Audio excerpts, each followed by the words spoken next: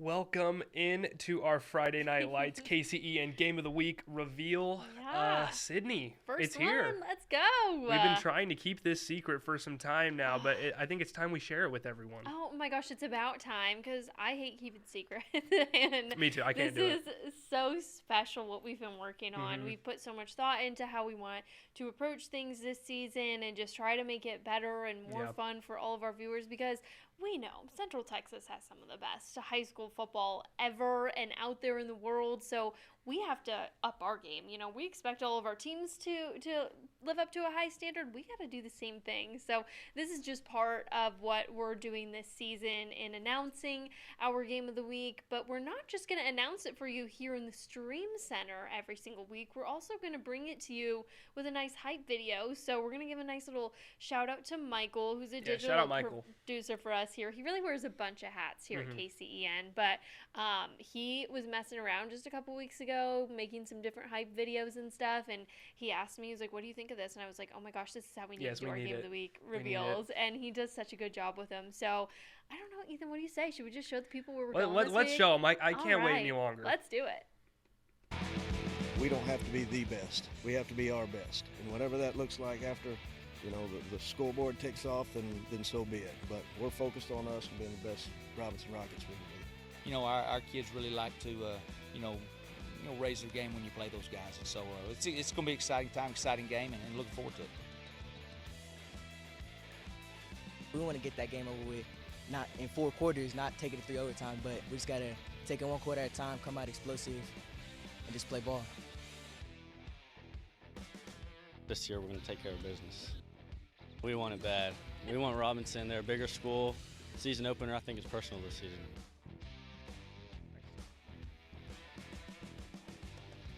Okay, Sydney, there it is. We got Robinson and West Are for you our hyped? Game of the Week. Oh, I'm hyped. Let's go. I'm so hyped. There's a lot of backstory with this rivalry. sure. Sydney, can you kind of go into why we chose this game over any other game this week? Absolutely. I mean, it's so tough in the first 4 weeks of the season because you're not seeing a lot of district matchups. You're not seeing, any of the big rivalries usually within the first couple weeks. So it's really just about who are teams that are going to make a statement. What are some big games, or where's there some bad blood with the way things went last season? And that's exactly the case between these two. They went into triple overtime last year, as you heard some of the guys say it in the hype video. This game came down to the wire, and it was a thriller, and it's one that these guys can't stop talking about on both sides with West and Robinson. And then not just did this game come down to the wire during the regular season last year, but it also was a thriller when they played each other on 7-on-7 in the summertime. So West was able to get some revenge and win their 7-on-7 matchup against Robinson in a last-minute Hail Mary pass, and that's something head coach Kevin Brown got his first taste of since he is the new head coach here. He didn't get to see this West team last season. He was not here at the school. He comes in to this new system, thankfully bringing in a lot of coaches who he had from last year at the Robinson program. So he didn't really have to initiate a lot of new things. He was able to keep a lot of the guys that were there. So he just knows what he's heard, and he's heard a lot of chatter between both of these teams. And I asked him when we did our Coach's Corner interview, I was like, so how much have the guys talked about this game? He goes, oh yeah, we talk about it a lot. He had watched it on film quite a few times. Like, he was so ready for it. And to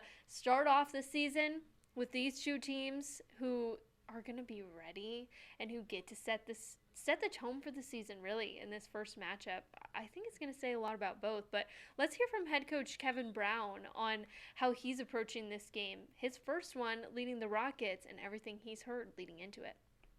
It's going great. Effort's great. Kids have bought in, and, we're not a polished product yet, but they're playing hard, going the right direction somewhat. Now it's the next 2 weeks is fine-tuning, but the attitude and the effort's right, and we can correct the rest. I'd love to say we'll light up the scoreboard, score this many, but it's a boring answer, but it is about the brand. When you come out here, do you see us playing with integrity? Are we treating people right? Are we using proper language? Are we barking at officials? Are we playing with passion? Had to get after them today, right? There's only one way to play the game. Do you play it with your hair on fire? Or are you playing with mental and physical toughness, right? That's obvious. You can tell who the hammer and who the nail is by watching football. Are you selfless, right? Is a wide receiver over there pouting because he ain't getting the ball?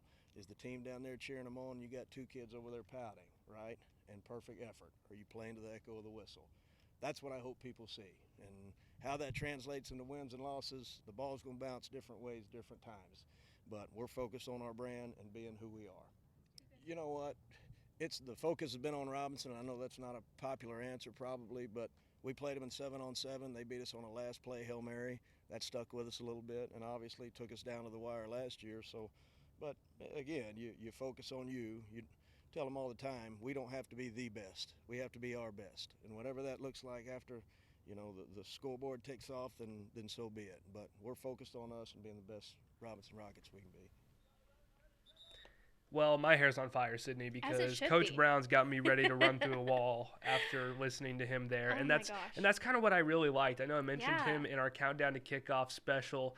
I just really like that they're focusing on Robinson Rockets football. They want to just be the Rockets. They want to be the best version of the Rockets that they can be, and that's their expectation going into every game, is just focusing on themselves. Absolutely. It helps, too, when you have guys like their quarterback, Bryce McCurdy, coming into another year really starting to take the reins and being a more vocal leader.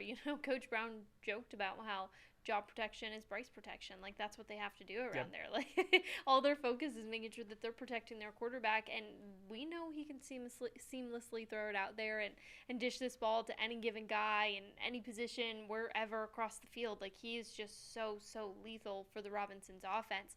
So, he's so focused on what they need to do, and I think that's huge as a head coach to get a feel for the guys, especially when you come into a new program. And, he's familiar with this area. Coach Brown played at Midway, so he knows what it's like being around here.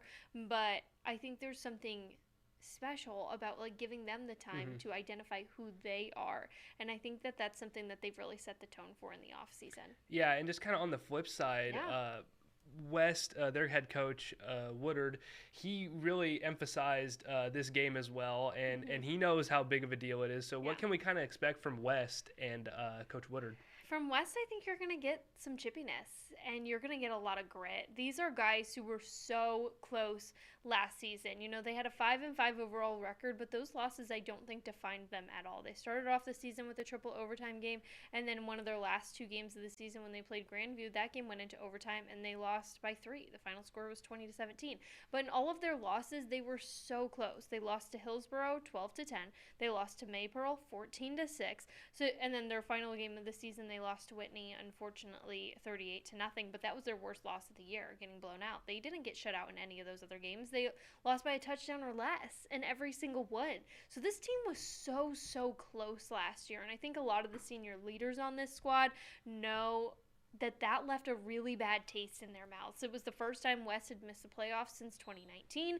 And they know that that is not who West is. When you play for the Trojans, you are expecting to have a good season because, prior to that, they had a 7-4 season, which was okay for them, but they wanted better and then went 5-5. But prior to that, they had an 11-win season in 2022, a 12-win season in 2021. So West knows what it takes to be up there competing with the big dogs, to be one of the better teams. And so I think they've had all off season to think about it. They've had all off season to think about how close they were. When we did our countdown to kickoff special, we talked a lot about the almost Aggies. They almost did it. They were almost there. Well, I get that almost chip and that almost vibe from West as well. Like, they were almost able to beat so many of those close teams. I mean, if you change all of those close wins, you're looking at a 1-loss team for West. If they just had one extra touchdown, one extra field goal in those games, they would have been able to get the job done. So I think you're looking at a group who has so much unfinished business on the line. And I think for Coach Woodard, he's been thinking about this game for quite some time, and he's ready to get back after it. They do.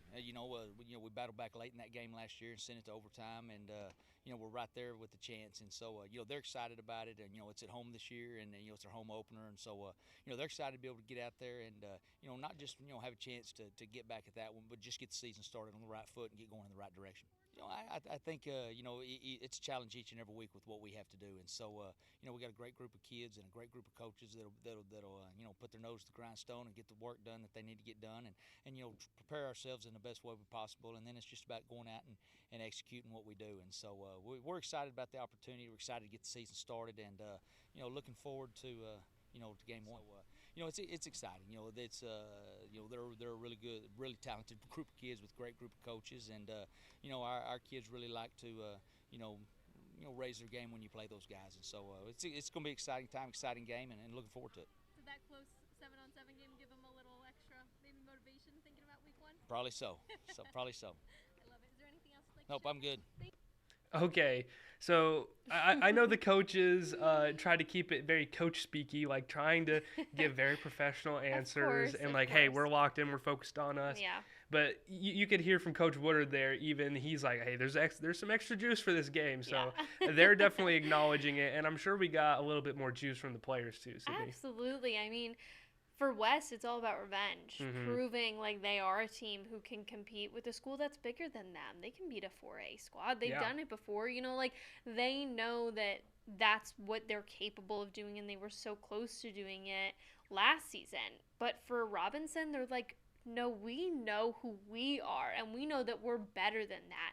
So I think it's like this fun, like, back and forth game, between these two.Ey're just like, for West, they're like, we have to get this to prove something. For Robinson, we're like, we have to put our foot down early because this game should not be one that goes into overtime. So it's this back and forth battle between the two. There's clearly bad blood and something special about when they both take the field, and it creates a little magic. And that was something wide receiver Dylan Medlock for Robinson made clear when we asked him about this game. I mean, obviously we want to be better. We want to get that game over with, not in 4 quarters, not take it to 3 overtime, but we just got to take it 1 quarter at a time, come out explosive, and just play ball. What did you guys learn about yourselves after that triple overtime win so early in the season? Well, we were shocked. I mean, that's a crazy way to start out the game. Started the first game of the year, so, I mean, it's just surreal. I mean, we got to come out, be better. I'm sure West wants to get it back, so how do you guys prepare for that? I mean, we played West in state 7-on-7. They got us on the last play, so since then we're like, we got to get our get back, so. Got to get the get back. Got to get the get back. I loved that line so much. It's funny because I think with Dylan, he was like, like we had that game, like it shouldn't have gone into 3 overtime, whatever. But I like how he's like very subtle of like, they did get us on 7-on-7, so we got to get it back. Yeah, so they're still kind of taking that underdog mentality, even though they won last season. Yeah, and that's what you get with both of these teams is that back and forth blood and that juice, that just like something about when they take the field, it just becomes electric when they play each other. And I think looking at the West side of the ball for guys like TJ Adam, who's a senior this year, it's so important to really set the tone early for their program and what they want to accomplish. Like, they were not the team they wanted to be last year at all. And I think there's a lot about the senior leadership when you can take charge, especially, in the off season. Like, that is so huge. And this is a revenge game for them. It's a chance for them to prove those close games that they lost last year do not define them. They have another chance to rewrite the script, and it helps when you start off the season the same way you did last year. Plus, you get them at home, on your home turf. Like, it doesn't get better than that. So when talking to TJ Adam, he had a lot of excitement for this game, and he knows what it's going to take to get the win. It was crazy just going to 3 overtimes, first game of the year, bigger school. Student sections were going crazy. Just even from the sideline, I could feel like the weight of the moment, and I mean it was a cool experience regardless of the outcome. But of course, this year we're going to take care of business. We want it bad. We want Robinson. They're a bigger school. Season opener, I think, is personal this season. I think we just need to execute and lean on our experienced players, and hopefully some of our underexperienced players step up. Well, I don't know. I mean, TJ is fired up. TJ is ready to get them back. I think it hurt him a lot too, not being able to play in the game. Yeah, being last year. just like watching from the sidelines. Yeah, he wants to be a difference maker in that game, and I thought that was so obvious in talking to him. He is so ready, so motivated, and gosh, it got me so excited for this to be our week 1 game of the week. Which, unfortunately, Ethan, you and I both aren't going to be there, so we get to talk about all the fun, but we're going to miss it. We're talking about it, but yeah, we don't get to experience any of it. We're going to be out at doing other things. Some other games, yeah. It's fun because we get to sit here and do all the fun things, but not go to the biggest game. And we're like, gosh, what a bummer. But Adrian, one of our newest anchors and reporters, is going to be out there at the game, so that'll be great. But Ethan, why don't you show them what they're going to play for, and hopefully Adrian, well, not hopefully, he will hand this out to whoever wins the game week 1. This is our Game of the Week trophy, which will be awarded to every single Game of the Week winner this season. Yeah. And it's just a little extra juice for the game, the coverage and with the trophy. These are special games that we're highlighting, and so we want them to feel special. Yes, absolutely. This is a KCEN tradition for us. We haven't done it for the last couple of years, so to get to bring it back is huge.